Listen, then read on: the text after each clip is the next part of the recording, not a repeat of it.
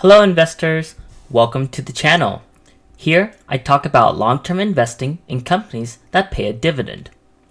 This is known as dividend growth investing. My name is Michael, and today we're going to start off with looking at how the market ended for the week and then take a look at stock futures. Just taking a quick look at the major indices for the week. For the S&P 500 index, it is down 0.21%. For the NASDAQ index, it is down 0.34%. And lastly, for the Dow Jones index, it is down 0.22%. So not a big change overall in the markets this week. It seems that the market rallied up a bit on Monday and Wednesday and then fell back down to its original starting point late Friday evening. Before we jump straight into the news, let's take a look at how my portfolio is doing in comparison. Looking at the past year, my portfolio is down 30.44%, causing a loss of about $16.75. Looking at the past quarter, my portfolio is down 21.25%, causing a loss of about $21.10. Looking at the past month, my portfolio is up 12.37%, causing a gain of about $900. Looking at the past week, my portfolio is up 0.81%, causing a gain of about $66. And finally, looking at the past day, my portfolio is down 2.60%, causing a loss of about $220. So taking a look at this, my portfolio is actually up this week and beating the market indices, which is great to hear. In addition, the dividends I'm earning through this portfolio is still here, and in fact, it's increasing. Just taking a look for the day, I earned about 54 cents in dividends. For the past week, I earned $4.47. In the past month, $17.09 worth of dividends. In the past quarter, $98.90 of earned dividends. For the past year, I've earned over $200 worth of dividends. And this earned dividends number right here is the reason for investing in this kind of portfolio. Even in market downturns, this number right here, the earned dividends number, will continue to go up regardless of what happens. And the only reason why this number would ever stop moving upward is if all the companies that I invest in suddenly stop paying their dividends. Let's take a closer look at the dividends that I've earned this week. On this page right here, you can see all the dividends that I've earned from this week alone.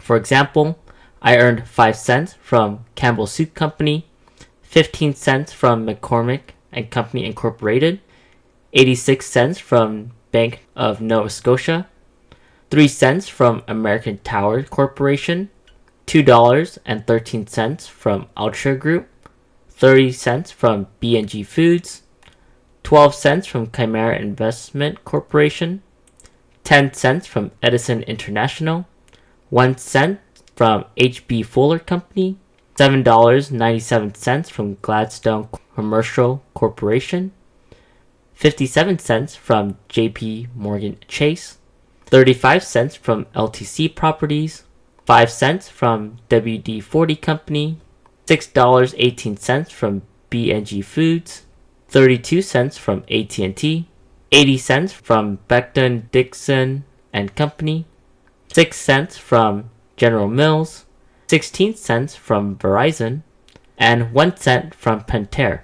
The dividends that I earned are a result of me owning shares of each company.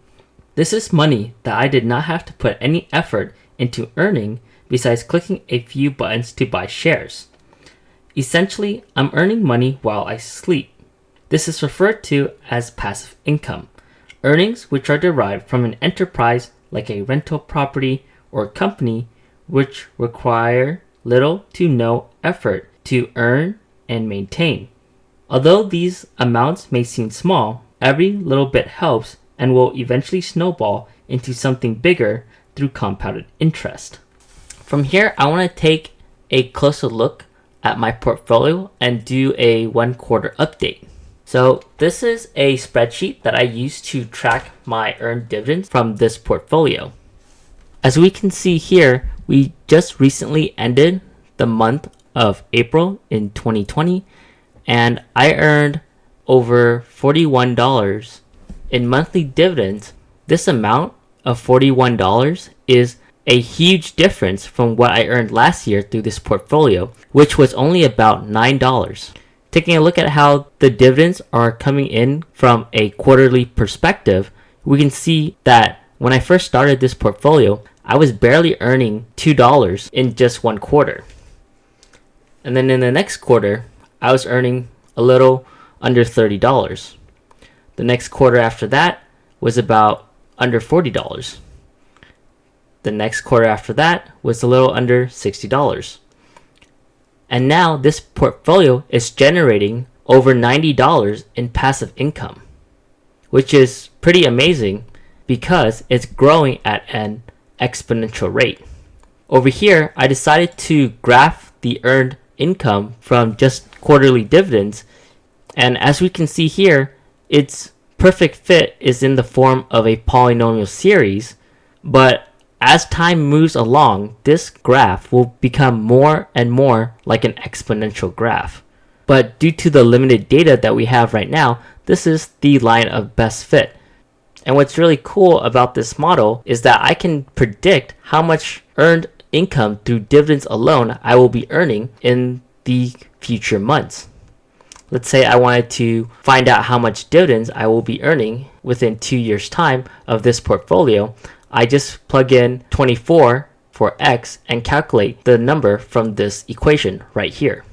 And this is really cool to see because we are essentially experiencing what it's like to have compounded interest work for us in real time. And this is something pretty exciting because eventually the earned dividends from this portfolio alone will hopefully cover all of my basic living expenses, in turn helping me reach financial freedom, which is the whole point of this type of investing style. Taking a look at this spreadsheet right here, this is where I track the value of my portfolio from a quarterly view.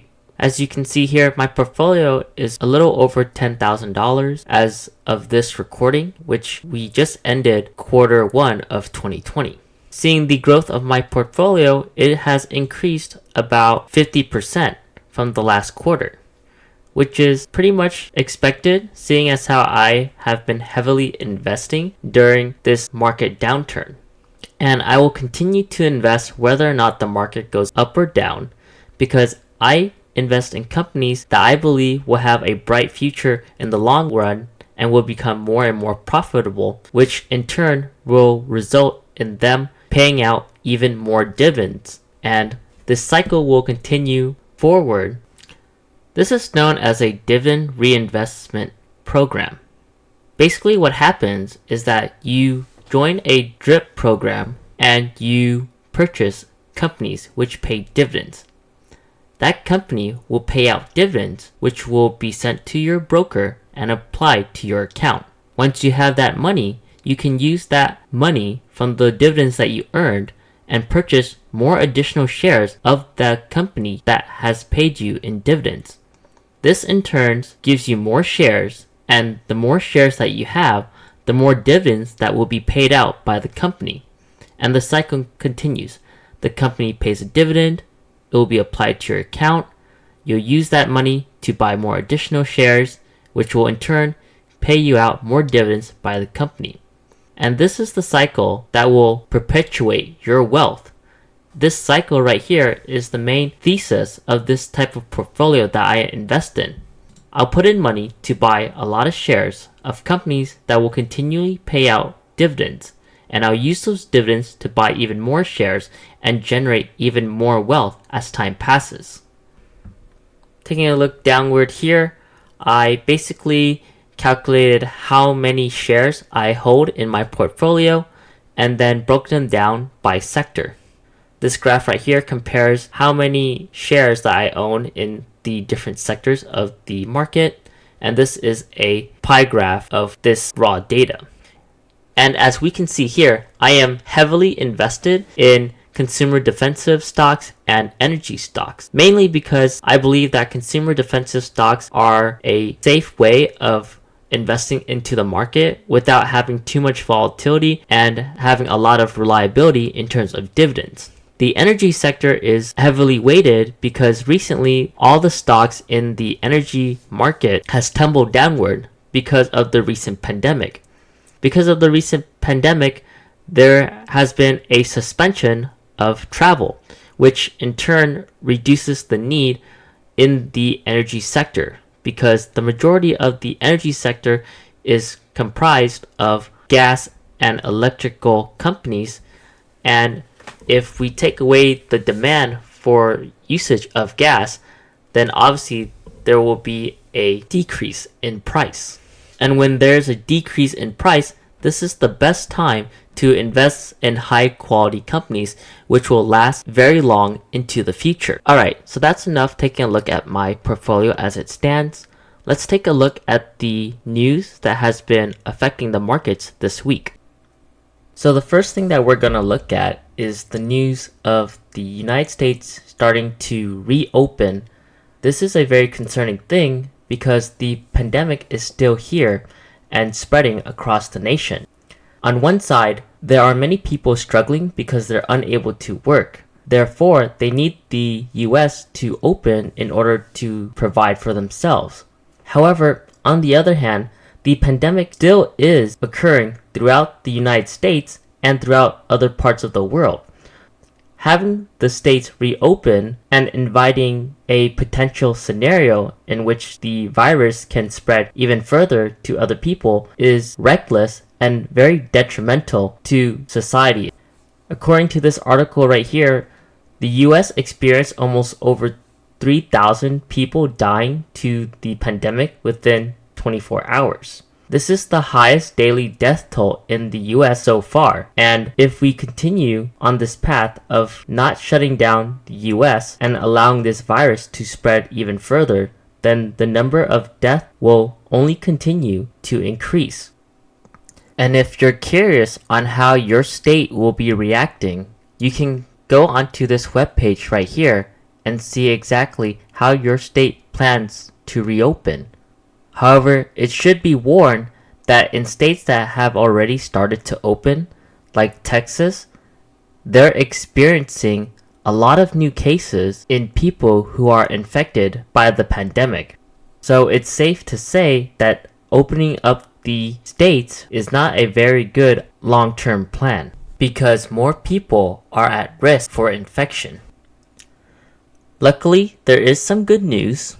This past week, there were some clinical trials of the drug remdesivir, which was tested at Stanford Medicine, and it found that there was a quicker recovery time for people who had COVID-19 and was treated by remdesivir. The trials conducted at Stanford University had two types of trials. The first trial was a randomized placebo-controlled study by NIH, and the other trial did not have a placebo.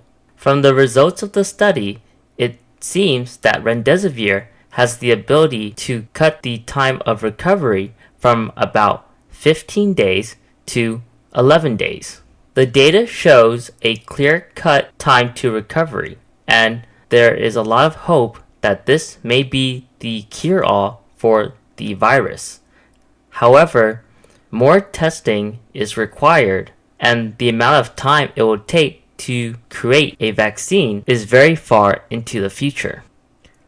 However, despite the potential treatment of COVID-19, the US economy has already been suffering. In fact, it's expected that the US economy will shrink by about 5% for this quarter alone, and for the next quarter, it might drop to as much as 30%.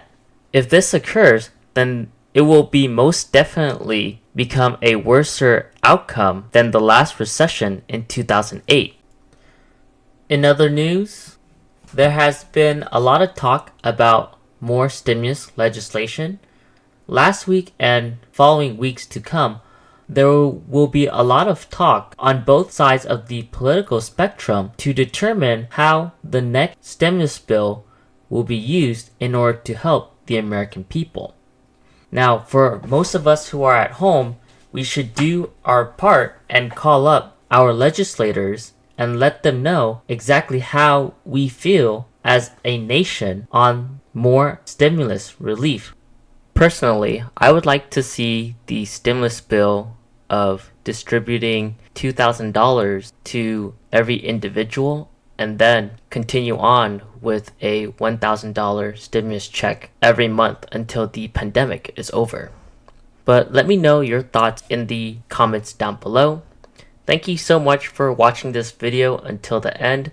I greatly appreciate everybody who stuck till the end of this video. Thank you so much again, and take care.